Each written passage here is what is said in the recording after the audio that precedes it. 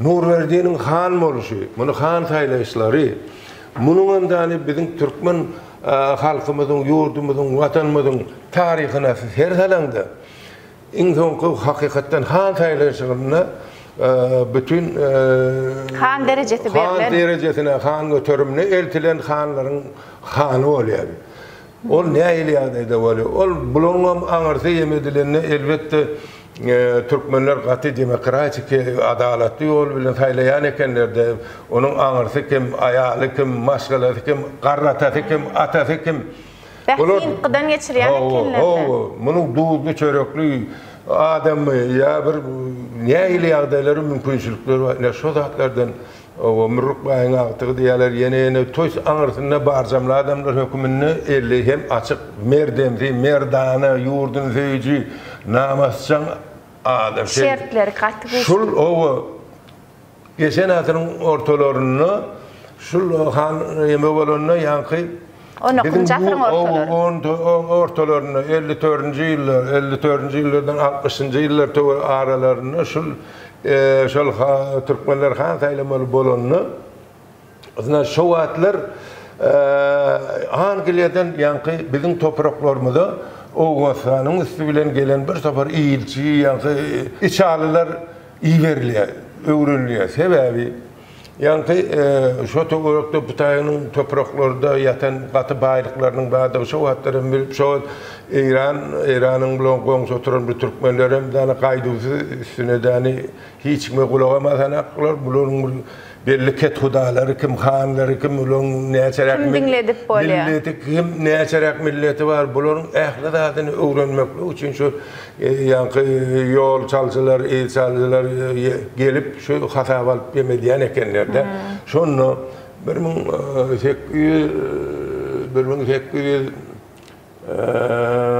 60. yılların yakini bolonunu şunu bir İngiliz Angliya'da çıkan jurnalda Nurverdi Han'ın keşfi yazılan anıklama var eken. Menin deydi görün vaktim Nurverdi Han'ın 54 yaşı vardı diye. Olluya dayanıktan suratlanırıptır.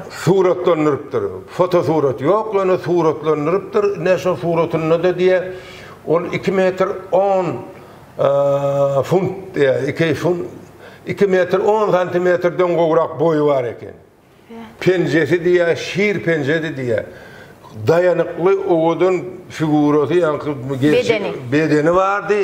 Şeyle hem yüzüne gerçek verttirim şargara sakkalı vardı. Sonra yekece de ak tüy yoktu diye 54 yaşı vardı diye. Yine şol yemelerdi.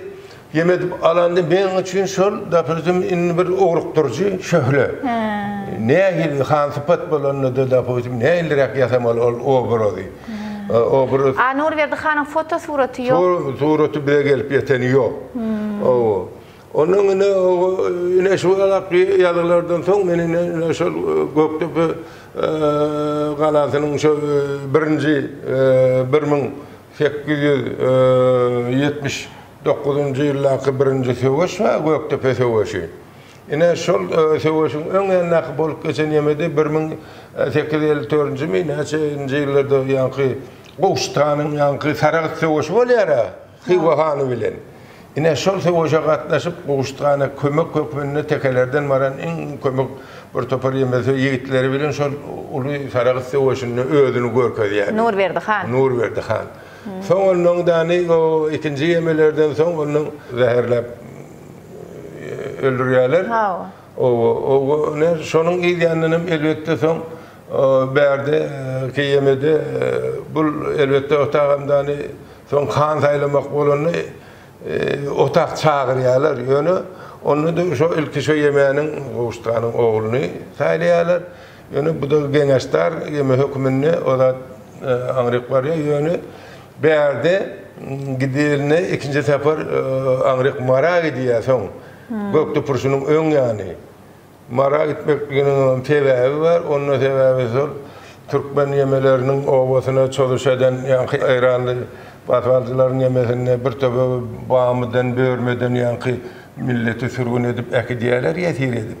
Yine şolori bu han saylanından son izine satın almağa, kaytarmağa täzeden güýç kerwan toplaw gurýa. Ha, Yesirlerini almak için her kimin hostarları şoňa özüniň belli bahasy bar eken. Şol wagty yesir düşünýän Türkmen ýaşul adam bolsa bir bahasy aýal aptat bolsa bulan öz bahasy ýaş yetkinjek bolsa öz kymmaty bahasy bar eken. Şolaryň hostarlary bilen maslahatlaşyp, gepleşip şo taýda alış-çalış edip, ýerine satyn almaga gepleşip geçirip ine şoňa ikinji kerwan ýeme diýerler, gurnaýarlar. Ýöne o kerwanymdan bir topar içälilerin ýemesi bilen ýanky salaňa duçar edilip ikinji tepir Nurberdi hanyň ýemesini awraýyny kesagaçyrmak üçin ýeme diýerler. Ýöri togurnaýarlar. Gurnalan ýeme boldy, o da goçandyň hany bolan, ona şonuň içälilerden ýeten habaryň esasynda muň ýolda kerwany täzeden talanýadan awraýyny ikinji tepir. Şoň üçin bu marak etmeli bolýar, ýerine ogly Berdimurat han goýup gidýär. Berdimurat han Nurberdi hanyň birinji ulu aýalyndan bolan ogly. O soňky ýeme ikinjisinden Garryhan idi, ondan Magtumul han idi. Bular ine soňky aýallaryndan Gülzumar hanyň zatdan bolan soňky aýalyndan. Ine bu şahsiýet ine döremegine ne şul maglumatlaryň hemmesini öwrenip onu ine şu Rastavoy paradne portret diýerler bu zatlar bilen. Bütün boyu bilen çekilen hakyky ýanky tarih şahsiýetleri dereceli portretler toplumuna girýär. Oň sebäbi portret diýende de ýarym pagrubny portret bolýar. Dilden ýokardan bolan portret we onuň bütün boyu bilen edilen portretler we portret janry diýmek ol adamyň psikologik portretinden ibaret bol, şonuň kanonik portret derejesine çelli eltilýän portretiň ýanky çözgüdi. Munyň egerdäni ol adamyň şekli galmadyk bolsa, onu hudojnygyň suretkeşiň döreden ýanky keşfi bilen baglanşykly bolýar. Emma ol real portret bilen baglanşykly bolýar. Özüniň görnüşeklen sebäbi ortaýatyň sungatyna zadyna ýadan Ýewropaň sungatyna dünýäniň hökümdarlarynyň o beýik karollar, sultanlar ýene gersekler ählisiniň emesine şoňlalar. Hudojniklar bolan. Fotosuratyn ýok wagtyna döredilen şahsiýetleriň portretleri bol. Indi Seljuklaryň beýik sultanlarynyň biri bu şeýlemi? Ne soňky şol geçen ýyl döredilen ine şu 3 tane uly portretiň biri ine Seljuk, soňky Seljuk Sultan Sanjar, ine bu Sultan Sanjaryň köşk şahyry, şahyrlar şahy diýen derece eltilen Enweri Abiverdi. Enweri Abiverdi Kaka doglan. O ýöne bu da şeýle gaty sallamly ilim bilen meşgullanan şahyr. Şu elini şuwatly tutup duran kagazlaryň içinde şunuň o eme diýär sopalaryň o giyen ýaşyl hırkafy diýär, şu donna. Sopalaryň giyen ýaşyl hırkafy meniň müňli wagtdan saýlan donumdur diýär. Şul ýaşyl don toy ýanky Sopçuluk saylattırdı. Sopçuluk ýolunyň mezhebine ibadet edýän adamlar şolaryň iň gowy men müňli wagtdan şonu görýän. Iň gowy wagt. Ýöne bir fizik hem matematik bolar. Özüniň dünýäsini, döredijligini. Ýöne bu da bir zabar ýemesinde şu aýalynyň gyjygydysyna çydaman şol köşk şahyryny derejesine sen ýaha ýeterdiň diýe bir maglumat da gyrykly. Ýa-da men seňe diýe talagyny berjek diýe aýaly. Adamsyny. O näýli näme boldy diýe. Bir sapar şu hammama barylmaly 5-nji gün bolýar, şu tak baranlaryny ay zurnaý çalyp diýe bir palankiniň üstüne bir şaderany alyp bir ýerine getirýärlermiş. Görse kimin aýaly gydyklanýar bolup görse Enweriň aýaly şonu gydyklanýar, bu köşk şahyry planynyň aýaly diýe. Köşk şahyrynyň diýe. Köşüň paçaň aýallar. Şumy jolu? Bilem şoň üçin goý berem dakmy bugün hammam. Onu diýe barýada ine sen şu ýa köşk şahyrynyň birinjisi bolsun diýe. Ýa-da men sen talaňy. Näme boldy ki? Ine ýankyny düşündirýär. Bu da bolýar. Yemede katı yeme var eken bir maglumat ve gıdıklı maglumat. Şunun yubileyinin yemesine konferansiya tayinlanan şonda yatlan geçişlik bolur. Şonun için ne yazılır eken bana gıdıklık täsir et.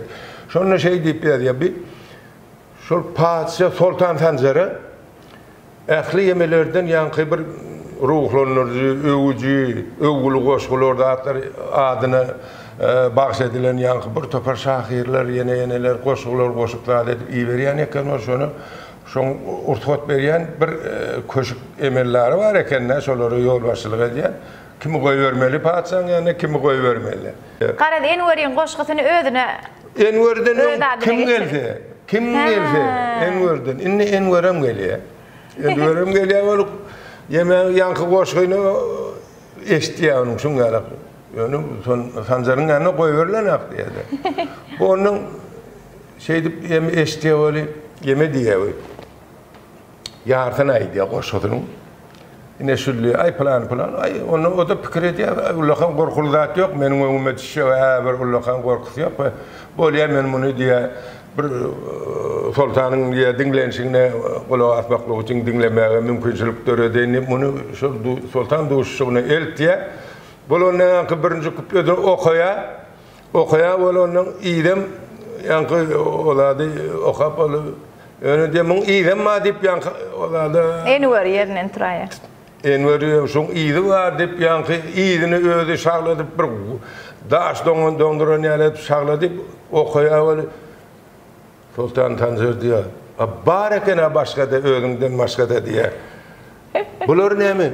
Şu tayda şun yerin çarşıyadan bunu şahirler şahe diye şahirler. Bunu 3 tane öngü sonunda münasip olan 3 tane büyük şahsiyet var. Biri Firdevsi, biri Sa'di, yine üçüncüsü şun özü oluyor Enver'i. Enver'in akami mun güllümek. Onu abi verdi. O yine soların yine arasında yine şul şeyle oğudan gerçekli hemşehriyle meşhur olan şahsiyet. Abivert'ten çıkan şahsiyetlerin biri. Bu yine şul şahsiyetler hükman bizim yemelemizin arasında dörücülük yıllarımızın arasında bolmalı. Ornu var. Ornu var. Onu hakikaten o karanan talantı bilen, zihini bilen. Yani üçüncüm şunun özü. Sultan Sancar. Sultan Sancar'ın yine şu kuvvetli devlet kurup 54 yıllar şarlık süren 54 yıllar yani Selçuk devletinin en son kuşağı. Yine şunun şu davaralı görünüşü ähli yemesi yankı da durkuy kaddı kamati libasi parmaklarını yankı dakınan yüzükleri şular ne mani anla diye yankı o kazatilini parmağı birdadı hava yankı kulömmika dakıldı birdadı şu beş varmağa dakılayan yüzüklerinin özünün yankı cevap berýän yemesi var. Manisini öğrendim. Mesela üçüncü kulömmika varmakta yüzük näme üçin dakılýan? O maşgalan eýesi. O kazatilini başan barmağa dakılan yüzük döwleti tagta diýmek aňlady. Diýmek aňlady. Orta barmakdaky senin tohumuna nesline berýän jogabyň. Kulömmika öýüňe berýän jogabyň. Maşgalan öýüňiň näki borç, döwletiň näki borç. Maşgalan näki borç, ne şungalak yemeler var. Öz nişan alamaty var. Nişan alamatlary var. Ene şu zatlar bilen baglanşykly tarihte bizim milletimizin tarihine, medeniyetine aydılmadık yadan ornu keskitlenmedik hiçbir kötenin düşäýän zat ýok diýjek bolýar. Şul näme görünmeli? Şu bizim halkymyzyň biçek çoňur medeniyetiniň, biçek gadymy halkdygyny, şonuň her kişiniň padşahyndan derwüşine çelli, ornunyň niredidigini. Sebebi bir aýtsakladım mı? Şu wagtlar ene herle. Ene hazır kino sunwatyny ýa teatr sunwatyny şekil meselesi. Tarihi aýdaly spektakl kino goýulmaly bolsa, ene şu taýdaky şahlara, gedaýlara, derwüşlere ýa ýene şahsiýetlere giydirilmeli libaslar var da. Şu taýda miniatürasının oturundan bir öğrenmeli olyası var. Şoların fellerini danış usulları. Geyen doğanlarının, hırkalarının yankı görünüşleri neylirek olmalı. Yine şol öz dövrünü bağvanın öz felle danış usulü o yadan dervişin öz usulü aydıylı 10-12 metre uzunlukta kıyımı olmalıken sebebi derviş diyen zaten maşgalası yurdu belli mekanı olmansan budan bir ulu kervanlara koşulup ol yurttan, ol yurtta, ol hanakadan, ol hanaka yürüyütüne şol kabul ediş şahileri kurulayan eken şu sultanlıklar dövrünü şu dervişleri açık yol bulun Hudaya sevgisini bildiren adamlar hükümünü Allah'ın yolunu düşen adamlar da. Allah'ın yolunu bulur, şu başka yemesi aladasam yok, bunun yüküm yok. Şunun için şuların muğut yemeler, yatı oturu yerleri, mihmanhanaları, yankı yiyecek içecekler öpçün ediyor. Ondan sonra şuların yemesinin özü, sellesinin köpüsünü aydaylı. Şunun yanına kalayan zatları var yani, yan torbası, ya su kadisi, planı zat değil ya da. Bir gerekli zatlardan, bir yollu su anrı verbilin, üçün edilmeli zatlardan başka, bir helak bolayan ya bir yol olayan ya da inna şu sellesi köpen hükümünü 10 metreye yeten uzunlukta olmalı. Şu sellani birden yolla izi helak bolsa, men köpenim molsun ulu selle dakkan. Ulu selle ol yani kendini. Onun köplen yanlarında da şol su kadileri var, onun bir ilki su, onun bir doğum çörek. Yine şu zatlar bol olun, şu derviş diyen adamların takvalığı, arasılığı, dünyanın ehli zatlarının, baylığından, kımmatlıklarından, elüziyeler. Onlar azat, özleri azat. Yine şunun için hem şu dervişler gelip, şu han köşküne gelip, kaplarına padişah bir zat deydiler, hem şulara ökölep, şulardan, şulara bir... Arad olara tarhan hat verilen yala kenne? Tarhan hatlar kahramanları verilen. Dervişlerin yine son gelip, onu bağvanlar. Yol açık. Sertaraşların, yine müftülerin, kadıların, hersinin özünün fellerini danış usulları var ki, hem yollar müsrel deyip bir kitap var. Sonra Bağdat'ın, Suriye'nin, Türkiye'nin, İran'ın şu dövrtki kadiyetinin, şu yadki moğlu müftülerinin, ehlisinin ayakkabının başlayıp kelle qabını eçelle ara tapavudunun akiyemeleri verir. Levaslarını öğrendiniz. Yine şu zatlar katı gerek diyecek böyle yani bir mehnet bir ullakan selleni rakkaya kulağının üstünü tutup yatan onlarla değerli. Türkmenlerin yine özünün bir medeniyeti var onun yani miniatüre mektebi. Miniatüre mektebi aydaylı 14. asırda ak koyunlu, kara koyunlu Türkmenlerin köşk sungatı hükümünü 14.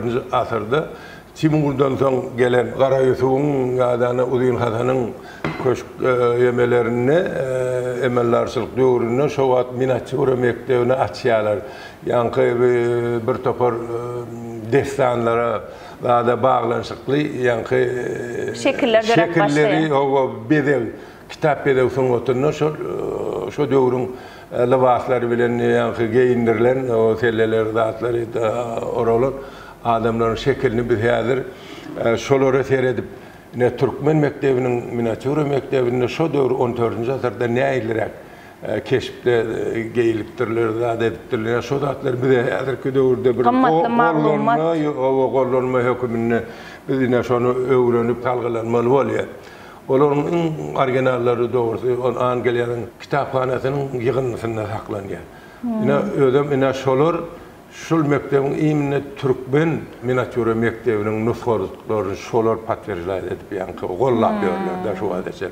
Başka yine Deli mektebi, yankı Ispahan mektebi, Tehran mektebi deyip şu ödevurunu kitap edemez miniatüre sungatını olur mu özlerin belli uğurları olur. Yani madem Türkmen mektebine köşk emellarlarının yemesem selleleri dağlarına katı ıkçımdan gelen kiçirecek felleler olurlar. O kalan doğun edebiyle kaşanlar yukarı parça. Telpek kaçan yerlik abi de öngdönüm vardı mı ya? Telpek orta asırlardan son. İr dövrde var, ir dövrden var. Telpek ol tebiği şertleri göre yankı ısıdan soğuktan yemedilen qoraq yemelere bir yatış tepekler yani aşağıda kollektede ayarlar için, çağalar için hem erkek adamlar için bizim ahli yeme bizim qati anırdan gelen medeniyetin otumuzda Libas güzelligine, libas tarlaşına has insettirler. Yerli şertler bilen bağlanır. Şert, yerli şertler yani ısılığı, soğuluğu, kaşanlığı ya da ne bizim kıyız gelinlerimizin yani milli şahitepler bilen egmeleri, deposum, kutbaları, önlükleri, sayılıkları ve yani joğaraları bunların hemimizin fonksiyonel hayatındaki anırdan gelen medeniyet bilen bağlanışıklı. Onlar ilki adamları, doğanları, erkekler bilen birlikte urşa qatnaşan generalların bunun atributiki yağdayları bolanmalısa son budatlar bedege geçiptirler dani kiçik görünüşte bedege şahitlerle think diye anırsının tarihi yemelerinde seyredemizler. Aslında söwüşli bas bolan. Söwüşli bas bolan köpüsü. Onun son için şuların köpüsünü Kazak, Kırgız, Özbek, Tacik bulara seyredersin ve Türkmenin gayrıdır. Şuların hemmeci yemesi boyunca bulun keçetem, halısam, nemi halısının ötünü men yatladım mol hazır şul bizim şu bolup geçen ahli zadımızın evolüsiyası başlangıcından şunu gelip yeten şu vakti medeniyetin belli bir bölümümüz halin içindeki nağışlarda saklanıp kalan. Tuğralarda, angonlarda, şu zatları ve tire tayfaların nişanlarına saklanıp kalıp son nağışa öğürülüp şu günlere yetilen zatlar. Bizim halısının otumuz geometriki şekilde. Aydaylı komşu İran'ın en güzel acayip halları var. Onlar ösümlük nağışlar bilen. Mağlanışıklı bizimki geometrik nağışlar bilen mağlanışıklı. İkisi paralel geliyor. Hiç kesişen yerim yok şu medeniyetin. Ona demek bizde isası olar sırlı nişanlar bolupdur da. Atı sırlı nişan. Eğer şu nişanların özüne de Yöne bir naqş bolmak bilen çeklenen ok. Da. Ol aydaylı şol sallançağından başlap korjunları var, yeneleri var. Yan torbalarından başlap şolun ahletinden şol nişanlar var. Nişan demek neyme? Значит, her tire tayfanın özünün belli nişanı var dedik de. Özünün kuşu olan, özünün belli bir yırtıcı hayvan şeklindeki simvolü olan, angonu olan. Bunun hemmeci şu birbirinin mallarının o tağmasına vatılan birbirininkini bulaştırmazlığı için birbiri bilen Taraz tertip düzgün için. Şonum yolu koyan Oğuzhan atamı. Oğuzhan atamızın şol altı oğlunun bağırdı. Eden bizim şonu şu taydan alqaydı göz başımızda diyen olsak şonun 3 tane oğlu aydaylı asman cisimlerinin adı bilen mağlanışıklı 3 tane zemin cisimdi. Şu da Halide değil. Halide alem diye başlanıyor. Toprak, alem. Ha, toprak, alemine şu zatların başlangıcı Jongali yankı Günhan'ın oğulları üçüsü yurda yerleri, eleki ikinci ayalından olanları yankı ilçiler hem şol yurtlarda şolların dolandırıcıları olup hizmet eden yemeleri. Bunun herinin özünün angonları olan, nişanları olan. Şol nişanları men şu araq düğün kitabı görközünün şolların içinde şu şekilleri bizim Türkmen halimizin tarihi 5000 yıllık tarih var diye. Biz şunu yapışıyaz böyle dokazat etmeler. Tarihi maglumat gerek. Maglumat gerek. Senin ne şunun için bizde ol bulduk bak bulduk Altay'dan tapılan Padre Kaltı'nın buğuların içinde 2005 yıl atan şekline şonla Türkmen zenanının suratı ama Türkmen gıyzağının gül yakalı kurteli variant suratları ama şu taydaki at yapıncalarının yüzündeki şekilde de her tire tayfanın şekillendirilen at yapıncaları var. Bunun hemmeciği onun şeyle seyrediyası oluyor. Şimdi düşünüklü olmak için Mısır'ın piramidalarının Faraonların bu yaşa geçen dövrünün medeniyet kullarının dövrü 5000 yıl tarihi var diye. 5000 yıl. Bizim hem halimiz 5000 yıl tutuyan mı olduk? Значит, şu tayda ne edip onu da etmeli olacak olsak şu tayda Bizim piramidelerin, Sotay'daki yılanların, tomzokların, yine legleklerin, yine durnaların, yine yenelerin mani verici şekilleri çekilenler. Bizim emelemizde neyme çekilen? Bizimki de sol tiri, taypı, halimizdeki nağışlar var. O nağışları da neyme değil? Piktografik şekiller değil. Piktografi demek neyme? Piktografi mani verici şekilliymek. Şoları okava oturmalı. Düşünsen yankı Mısır piramidasının tekstini okuyuşun gali Türkmen halimizde hayfi tira değişli, hayfi uruğu değişli, şu hayfi bölüğün nişanı. Bu göl kimin gölü? Göllümek ol elbette her sözün kökü ol şey hali, apiyattaki şunun biz gözlerimizde şunu göl sözünü, köl sözünü, gül sözünü, kol sözünü biz onu kolluyu valyası. Oğuzhan atamız diye bozuklar bizim sağ kolumuz, çoklar bizim sol kolumuzdur diye. Sonra biz de verdi nağışlarımızın ağıtlarını ayda yine kuşlu göllüyor. Kalkanını göllüyor. Yok o kalkanını göller, kalkanını kollar, kuşlu kollar. Taraplar demek. Men ine şol yemeğe yıkkın ediyen düşünce biz öz dövrümüzde miraslı işlerimizde ine şu zatlar bilen batı yakından odan edip gıdıklanımızda ine şongal olarak yeme bilen duş bulup onu Allah'ım rada sizden bölen başlan men şu tomoşaçılara ayda simeli Allah'ım Rat Muhammedov Oğuz Han'ın ve oğullarının tarihi keşfini tarihi portretini dörödön hudojnik.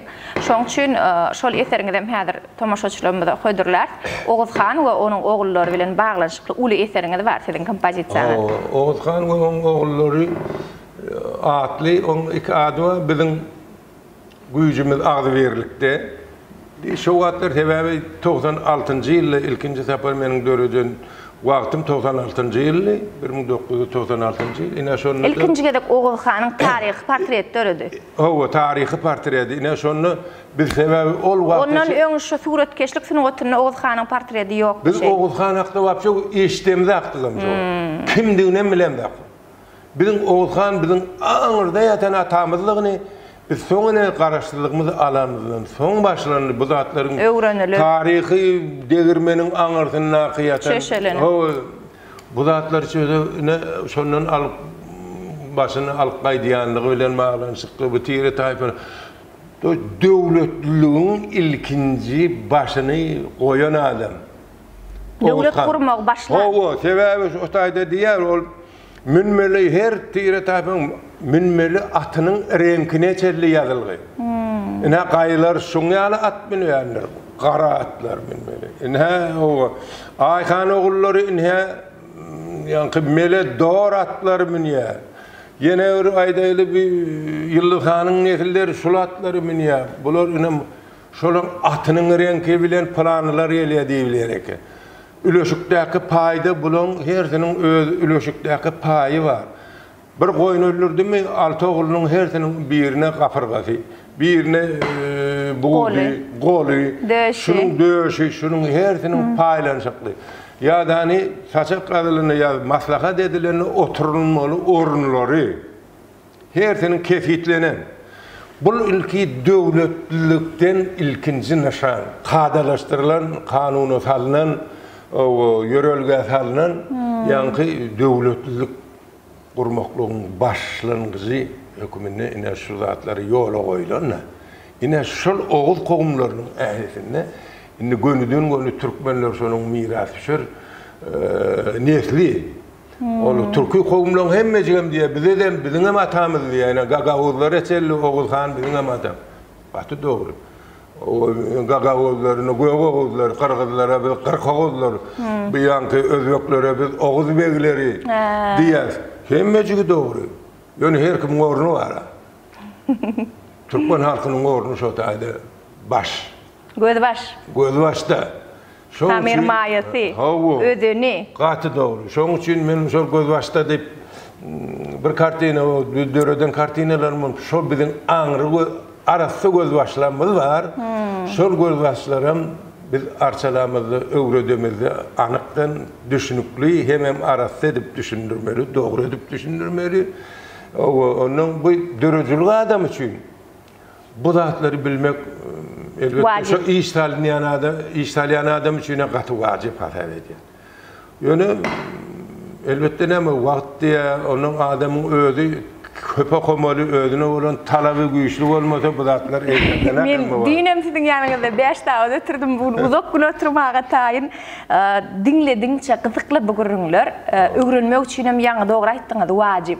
Ýöne şu taryhy şahsiýetleriň portretleri olara bagyşlanan dürüjülük eserlerinden başga da sizin şu galeriýaňyzda da bu dünýäniň ençeme galeriýalaryna sizin dini şahsiyetlere bağışlanan, ondan başka hayal aytdım, dervişlere bağışlanan işlenirken. Ödüňizem dün aýdyp berdiniz, suratkeşlerin biri, hana Allamrat ýan gahrmanlyň gelýär diýip, aýdýar, o ýollyda dilekçi görse daşar ýurtda diýip aýtdyňyz da, dilekçi görseler Allamrat ýan gahrmanyň diýerler.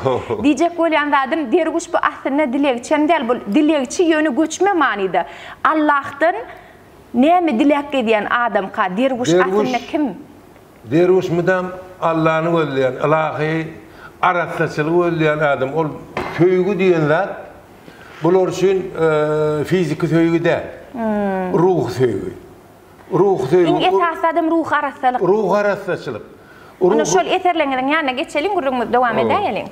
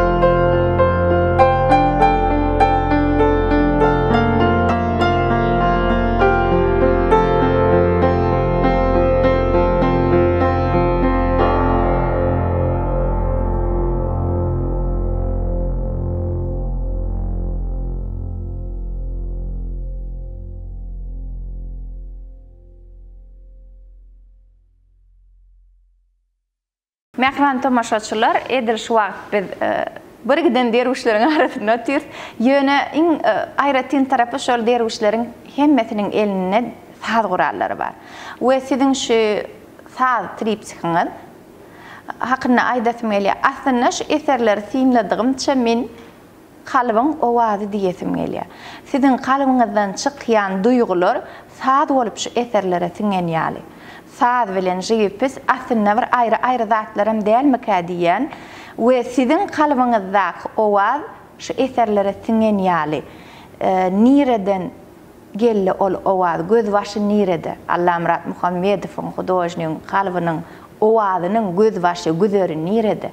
Men şoňa ordanam näme jogap berjegim eken bilemek bolýany. Şu kiçika her gün seher bilen oýanamyzda kakymyň gapdalyna radiýasy bardy. Şu radiýany açyp şu daň sazyny dinlerdi. Dutar owazy. Dutaryň owazy diýip bolýar. Daň sazy. Özüm şu saz bilen ýatyp şu saz bilen turýardy. Birer giýjen soňky ýemeleri giýişki sazlar berýärler. Daňam şol saz bilen oýarýardylar milleti. Şol sazlary hiç ýadymdan çykarakmaýyn. Şol inhä turaryn şinni turaryn diýip ýatan çagan ýemesini şol saz oýnap durda. Özüm şu enesi bilen bilege ýerýärm hadýärmen. Sebebi türkmen sazynyň gadymligi, türkmen sazynyň goşa kirişden çykýan owazy, ol bir giden simfoniýany gapdala çekip şonu dinläp bolýan derejede kämilleşdirilen. Indi men dörejiligimde sazyň muhamyň döreýişi, ine şolun asyl baş bir-birine ýadany güzer başyna, ine şol sazlaryň, şol eserleriň döremegine mani taýdan men aýdaýly şu biziň sungatymyzyň, sazymyzyň, medeniýetimiziň haly sungatynyň hatda döreýiş taryhynyň aňyry başky çeşmesi bar. Şol özü halkyň kalby. Şol kalbym şondan arasynda çeşme men göremek. Sebebi wagt ýyl bulan ählisi şu elek. Elep oşak gözelekden geçen sazlar şoň günlere gelip ýeten halypalaň üstü bilen. Emma şol sazy reňke geçirmek, reňkiň sazlaşygy diýen bir zat bar.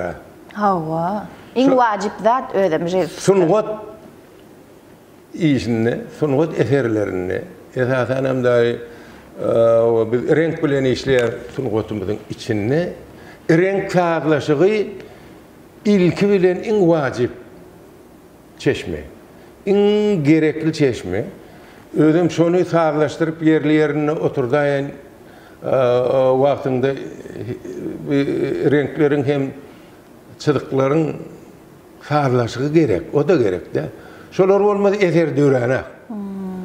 Şo wagt şu barmaňa bir tikençmeni ýalyny biýinjilik edýän zatlar bar. Şol sazlaşykly hereketde oňa orçulap aýdynda muzikalny garmoniýa diýerler-de. O ýanky sazlaşykly hereket. Ine şo zatlaryň hemmejigini men mydam edip pikir edýär, nädip sazy reňke geçirip borka. Reňke. Şonuň hem ine bir topar ýemelerini men şol Hindistan'a gidip gelemde bir topar yankı toplum iş yankıları döredimde saz bilen mağlanşykly, saz çalyp oturan denanlar bilen mağlanşykly. O sebebi Hindistan'yň sazyny otuny ýa-da medeniýetini otuny da Mogollan gatullokan paýy otur. O biziň ülkelerden maran beýik ýanky Humayunyň, Ekberiň, Bayram Hanyň, Abdurrahmanyň bu giden şeýle ýerli hindi medeniýeti bilen ýanky goşulşyp Hindistanyň şoň günlerindäki saz derejesiniň ütgeşik ýanky bilelikdäki ösüşini kesgitleýici derejeye ýetdi. Sebebi şo tagamdany Hindistan'a ilkinci sazy erten Emir Khusrow diýip bir Husrew Sadan'dan adyny tutýarlar. Beýik Mogollon köşgünni bile giden Amerika yemeleri Hindistan'a giden. Şolar öz ýany bilen şu beýik sadanlaryň biri Husrew Sadanny yemedip akidiýalar şu taýda da o da Hindi sadanlaryň bir topar sadalaryny kämilleşdirip şeýle odan derejelere ýeten. Ýa-da biz ağır has Irak döwürlere ýüzlensek Barbat merwezi diýip bir sadannamyz bolupdy. Barbat diýerler. Täjiklerim Barbotdam diýerler o. Ol Husrew şanyň döwründe şonuň köşk sadanlary bolup işläp, ol şol Husrew şanyň şanyny her gün bir ýylda 365 gün bar bolsa 365 tane saz döredipdir. 52 hepde var bolsa 52 destan dörediye. Soň 7 tane davaralı yürüyüş tarzını dörediye. Hepden her gününe bir. Ine şol Barbat sadanda marda ýaşak geçipdir. Diýerler. Barbat merwezi diye. Täjikler Barbat sadanda diýip ol bilinki diýe bizde ýemeden. Ýöne ol umumy adamzadyň gemesinde ol medeniýetler ýa şerhetler ýok döwründe ol aýdaýly biziň ülkelerde dören giýenileriň biri bolsa şoňalyk şeýle gowuran şanyna döredilen davaraly saz ýörüşleri, aýdymlar, ýa-da desanly, aýdyşykly sazyň görnüşi şonuň hemmejigi simbolik häsiýetdäki aýyň, günüň, ýylyň hepden günleri bilen bağlanşyk edip döredipdir. Öz oluşly kalendar diýip bolupdy. Ene şonuň aňyrtyna teredeňde o da biziň ülkemizden çykan ol aýdaly oňlar şahsiýetimiz bawa. Men häzir pikirimde şu Barbada ýemedilen Merwede bagşlanan ene bir şekil ötür. O ene onu men hökmen ýa-ni sazyň döreşi ýa-da oladyň diýen şu seriýamyň ýygynyň dowamy hökmünde ýa-da şu sazyň triptihiň dowamy hökmünde meniň dogrudan men islesem islemesem şol siziň tutuşdygyňyzdan geçip şeýle howa şu men öň sadam çaly bilemek men dutarym 3-4 tane garratamdan galan maşgalamyň garratasyndan galan şuňaly ýa-da blokan kursdaşymyň ýasan dutary bulan hemmesi men hala aşakda gördüm. Ol dutar dogup döräpden ýüregiň gapdalynyň şo bir taryh hökmünde teredýän hemen bu zatlar. Ýöne şu zatlarymdan şu mydamyda men bir sefer Pakistana baramda şu taýda ýok Türkiýe baramyzda Siriýeden gelen türkmen bir saz salyp berdi. Bu näme diýdi? Bu meniň watanymyň ýemesi diýdi, sazy diýdi. Onu men şu taýda bada onu şu wat öldürme herge gitdiler. Watanyň owazy diýip bir kiçijek şeýle o Siriýeli türkmeniň saz çalyp oturan. O значит her ki türkmen meniň Germaniýada da şeýle iň ýakyn dostumyň biri ýaşy. Türkmen sazy bilen her sefer diýe men berde diýe ýaşaýanyny diňledem diýe gözümden ýaş akýar diýe. Ýöne watanym bir ýetmez zadım şollyga.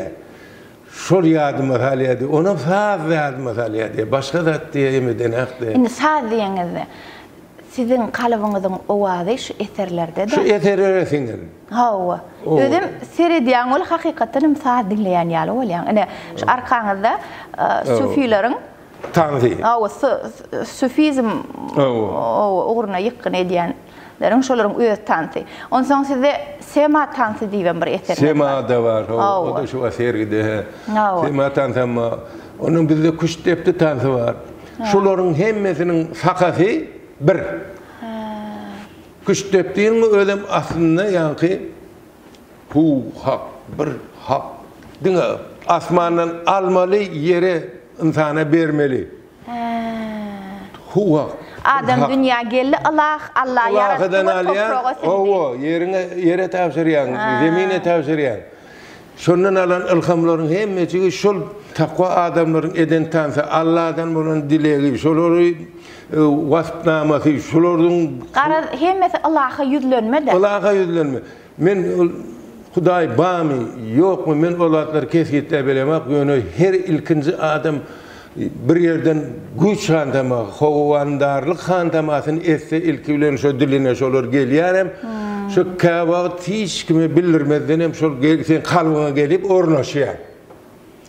İnni şonu döreci adam bolsa, sağdan ne bolsa onu sağ bilen çıkarýar. Suratkaş bolsa onu renk bilen çıkarýar. Şekil bilen, renk bilen. Şekil bilen, renk bilen. Necmeddin Kubra biz ýa-ni dedik Beyik Pir dedik.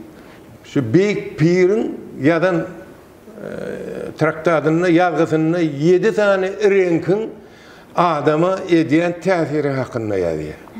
Anq renk nämäni aňlaýar. Gyzyl, ýaşyl, sary, gara, onu gök.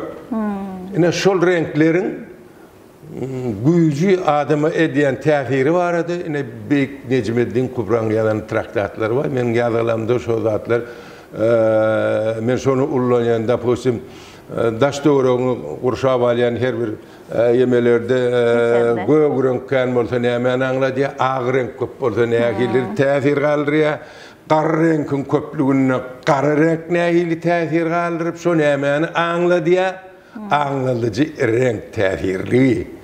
Ol bizim günnüki ýaşaýşymyzda şu wagt ýaşap oturan jaýyň içini durşy bilen gara renkden olurňda nähili adama täsir edýär. Durşy bilen jogur ag renkden. Renkler günden güne adam psihikasyna täsir edýär. Ana. Vot. Ine şu zatlaryň hemmejini Mysal üçin durşy bilen gyzyl edilen jaýda, gyzyl düşökde, gyzyl tütüde, gyzyl haýyňda ýatsam, onuň täsiri başgaça.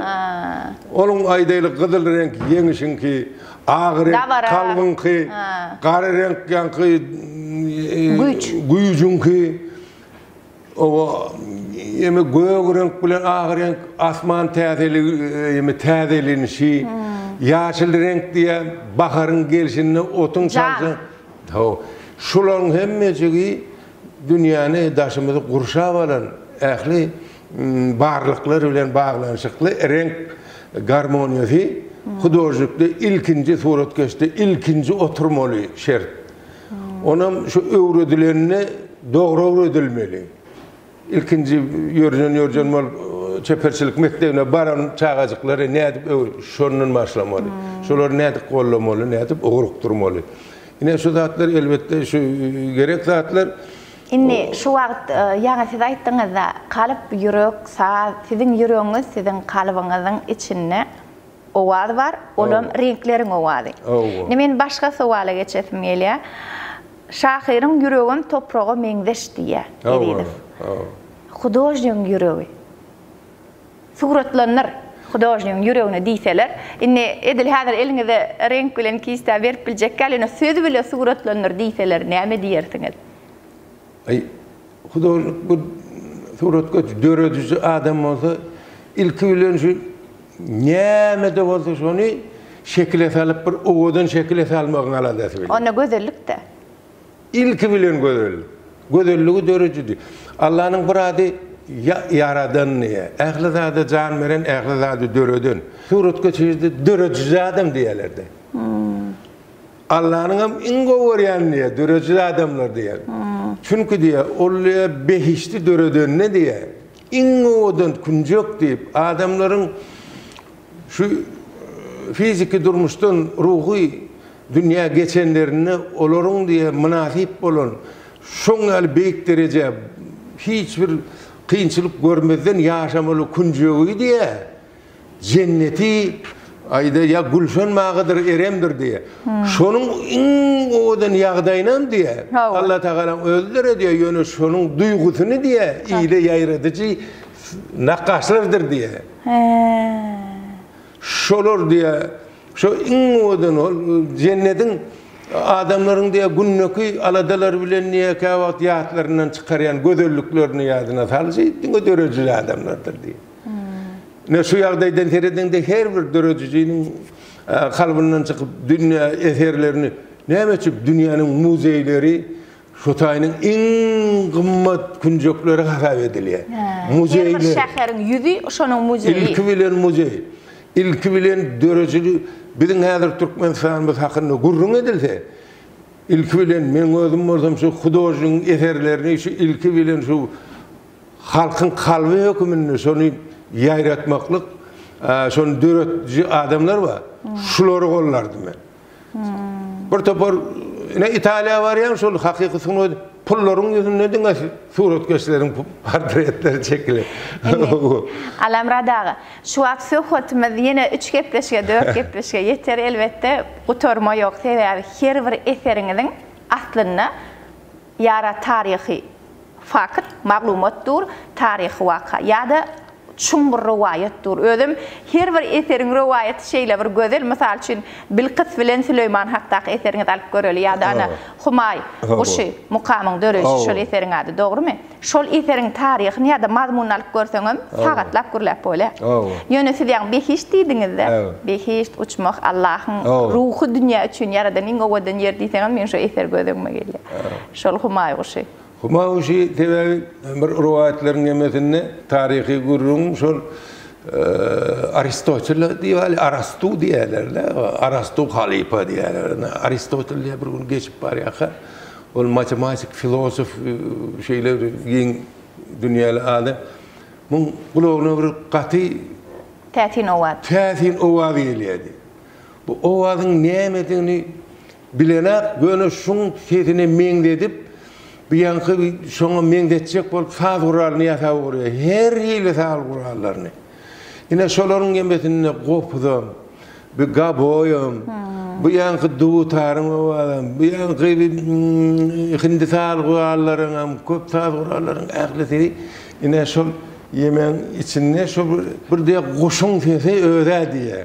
Ýöne men haýsy goşuň sesi digini bilmedim diýip şu saz gurallaryny şol goşuň sesini meňdetjek bolup.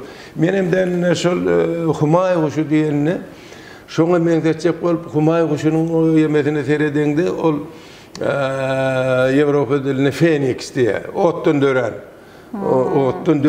Sebebi şul ol şeýler owadan taýrar eken ol şu taýrap öz sesine diýär.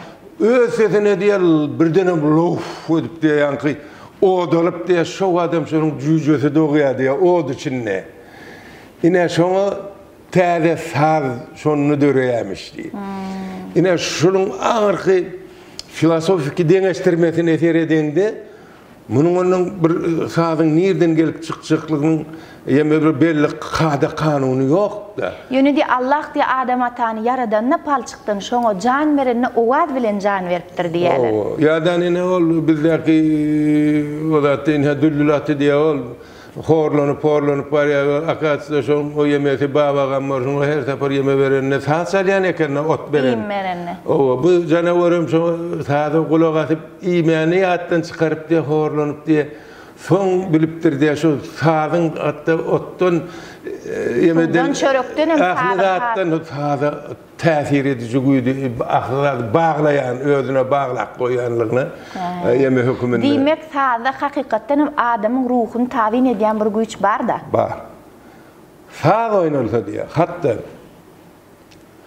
ol öýdäki güller, otlar şolaryň ötüşe mütgeýär. Akvaryumyň içindäki balyklaryň hereketi ütgeýär. Şuloň diýe hereketi dymdyrs jaýyň içindäki ýemeden şu sazly jaýyň içindäki ösýän şu ösümligiň hem ýaşaýan jaý üýüp göter ütgeş. Onu edilşi ýerde janly sazyň aslynda ustad kompozitorlaryň biriniň ýerine ýetirmeginde owadan sazyň aslynda siziň eserleriňizi video rolik görnüşine tomoşaçylara hödürläliň. Ine şonu edilse saz bilen aýdaly şekil sazın fonuny şekil bersen adamyň kabul edişi bir näçesi ýokarlanýar. Şol bir eseri darýysa çalynýan sazyň tembrine görä, manysyna görä, çalynşyna görä şol saňa täsir ediş güýje mitgeýär. Onu sizin eserleriňiziň içinden haýsy birini surata düşürip ýetişdik. Häzir saz bilen tomoşaçylara hödürleýär, video rolik ýasansaňlar. Şondan soň gepleşigimiz jemläýär.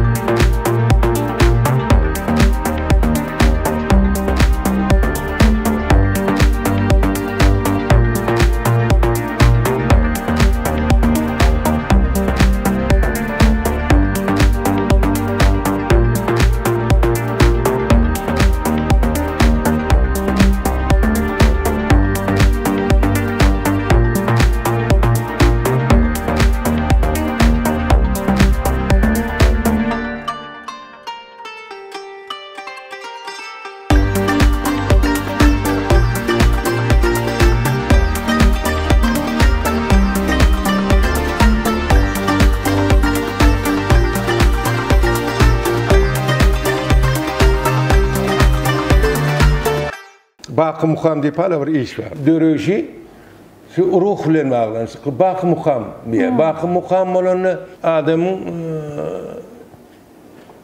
doğayan vakti ada edilenden sonra adana kolya da adan. Şoň eşden ilkinji sesi alan sesi bolýar. Soň adam gaýdanda da ruhunu alan aýt. Eger musulman bala bolsa. O musulman adam. Aslında Kur'an'da yazılgy her bir doğan insan musulman bolup doğulýar.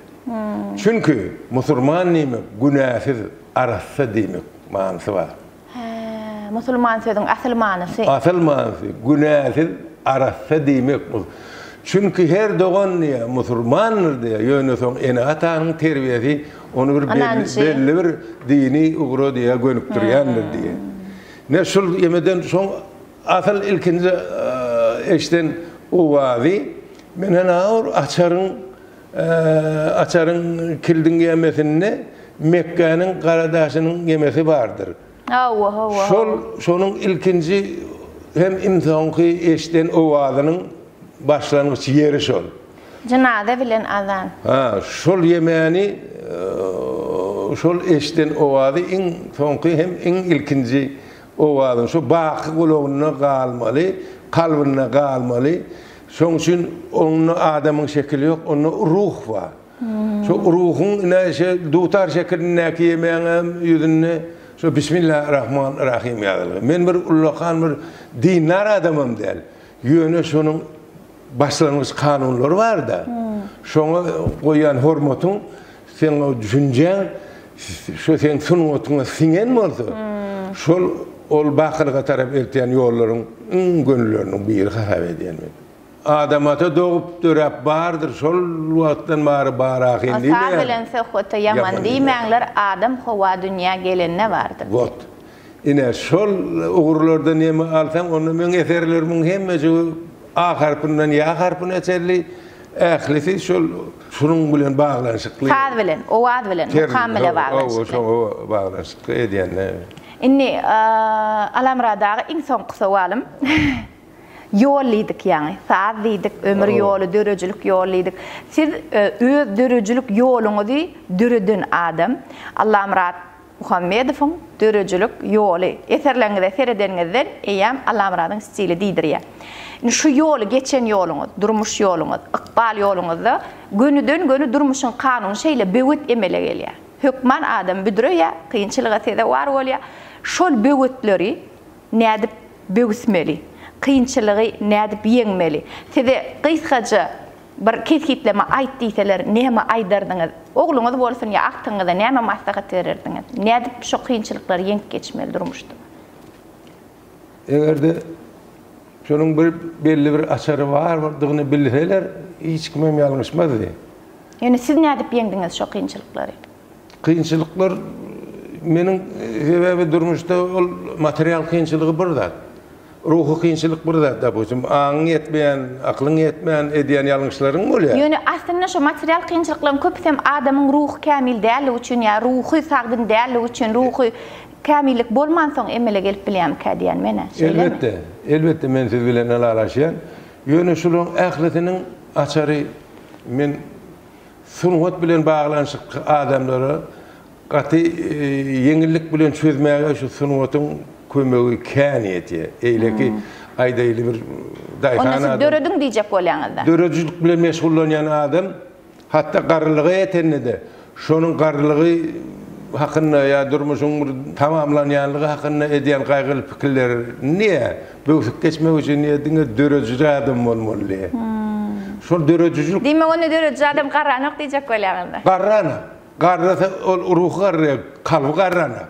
Beden garraya. Beden garraya, fiziki garrylyk. Emma ruhu garrylyk bu. Ruhun mudamy ölümden soňamdan senin ýaşaýanlygyny hakyna taglimat aýdyp berlerdi. Asıl ruh yaş ölçüğüne girýän käbir ruh. Menen girýändirem öýdemi? Yaş ölçüğüne. Yaş ölçüğüne girýän aga ruh. Girýän näler? Ol sen mudam gapdyl senin soňam senin ýaşaýanlygyny inkar edýän ruhun var. Ola näke wagt ýemediler, ka wagt düş görnüşinde gelýär, ka wagt ýatlama görnüşinde sen ýatlaýaly, sen ýitip gideňä. ruhun içinde oturuyor. Sen ne eylerek ya şu durmuşta özüňi şoňa taýinlanmardın. Şu fiziki durmuş ol wagtlaýyn. Ruhi güç baqy. Şu yerde men siziň hemişe şuňal ruhuňyň belent bolmagyny arzu edýän, ýene de ençeme onukları arka atıp aktıklaryňy da söýýäňiz. Alhamdulillah. Çoğuluk, ýuwluk, gowluk görmeňizi dilek edýän we ýene de owadan şäherlerde sergileriniz gurnalsyn, täze eserleriniz dörek dursun. Biziň gepleşigimiň hem aýatkary Makul Hyzmat Terjime Merkezi, Makul Sözlük aplikasiýasy. Kiçijik ýadgarlyk towat. Oy, sağ olun, sağ olun. Rahat uky diýip size. Şeýle ak ýaşyk. Näli simbolik ýeme. Muny kelläňe goýaňda ak terler. Yine gowy dişler görün. Şu 7 ýaşyňyzda ýaly göreniňiz ýaly gowy dişler görmek nesip etsin. Belki Hudaý şol düşdiýenlerde hiç düşünüp bilmän geçýänler bar. Ne edip adam diýen geçip giden ýa şuň güni ýa-da ötüp giden adamlar bilen şoň renkinem görýär, ýa-da gurleşýän bilýär. Allah Taala ne edip döretdik adama şol düş hayfi güç bilen, hayfi kompüter bilen bir işlep adamın söhbetdeşi yeniden bol bilýär şu gaty. Neme diýär? Bu barlyk hatda dogzak bilen cennetem şu yerdedir diýär. O akademiklaryň biri, beynini öwrenýän alimleriň biri. Şoň üçin düşmüz, ukymy, huşmy hemme zat biziň aňymyzda. Şonu beýik yaradanyň, yaradyjynyň iň döreden iň kämil kompýuteri elbetde insan beýnisi de. Men indi şu zatlaryň hemmesini ýa-da ähli etjek iň gowy arzuwum şu insan beýnisiniň ýeten iň beýik açyşlary diňe şu insan rahatlygy bilen ýurt parahatlygy. Onuň hem şu saglyk üçin edilmeli nähili mümkinçilikler bar bolsa, şoňa gönükdirler bolsa adamyň ýeten sivilizasiýanyň ýeten iň beýik sepkitleri şoňa gönükdirler bolsa adamlar nähili bagtly ýaşamaga mümkinçilikler bar. Men şonu arzu edýän hemme insaniýete o derejeli adamlaryna, o kompozitorlara, o gowy suratkeşlere, ýazyjylara yurdu edýän ýa-ni bir dörejilik adamlaryna şeýle hem jemgyýetimiziň bir sagdyn pikirli adamlarynyň hemmesine men şonu arzu edýän. Sağ bolun, arzularyňyz hasyl bolsun. Toýda didarlaşalyň, sergileriňizde didarlaşalyň. Sağ olun. İnşallah.